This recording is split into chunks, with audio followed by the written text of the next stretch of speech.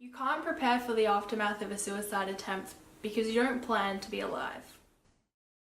Hey guys, my name is Sophie. Whomever you are loved, cared for, and deserving of happiness. I was a happy child and grew up with an incredible family who loved me and gave me everything. I've always been a more quiet and reserved person. I'm very shy socially and thrive off my own company. I'm pretty much as introverted as they come. And with my introversion, I've kept a lot of things to myself. My family was dealt with some incredibly unexpected and shocking news. My mum was diagnosed with brain cancer. For me, being 16 and already internally struggling with so much, this just kind of tipped my mental health over the edge. What I didn't know and couldn't understand was that I was in the midst of depression. All of a sudden, I couldn't breathe and my hands and feet went numb and I was hyperventilating. I had no idea what a panic attack was or what was happening to me. So I feel like a common question about depression is, what does it actually feel like? Because it's an illness, it's different for everyone, and people present with different symptoms. It's like the flu. Everything hurts.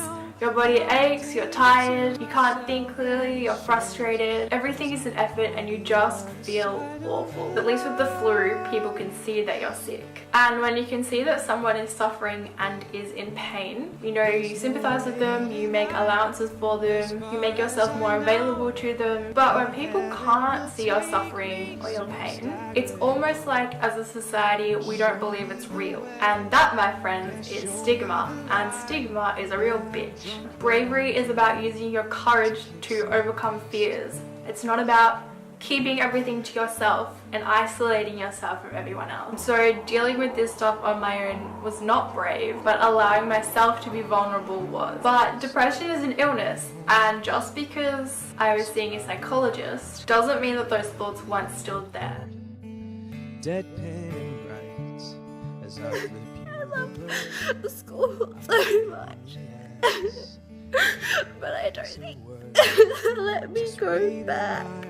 I just want to go back. I feel so utterly trapped and helpless.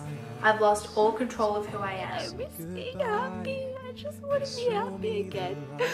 That was the lowest I have felt in my entire life, and I hope with all my heart that I never feel that way again. So if someone in your life has become more distant or withdrawn lately, I would urge you to check in with them, not just once but every few days, just until you know with certainty that they are okay. And I think as a society, we're really bad at dealing with emotions. We ridicule people, especially men, who cry by telling them to toughen up, and that creates feelings of shame. And for me, that was a really big reason why I didn't want to speak up, was because I felt ashamed that I couldn't deal with this on my own. It really bothered me that I wasn't living up to this supposed expectation that I had set for myself. I realized that suicide wasn't an option anymore.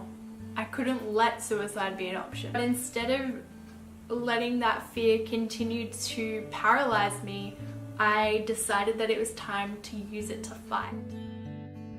And I use those words carefully. I decided to recover. That's really important because you can't force someone into recovery. You can, like I did, have a loving family, be seeing doctors and psychologists, and have a solid support system around you. But unless you choose to challenge those thoughts yourself, nothing is really going to change. In fact, my mental health is probably stronger now than it has been my entire life. There is no right or wrong way to recover. There will be people out there who continue to judge those with a mental illness and shame those who die by suicide. But if we can continue to educate ourselves and not be afraid to speak up and share our experiences, we can start to bridge the importance of mental health and break the stigma.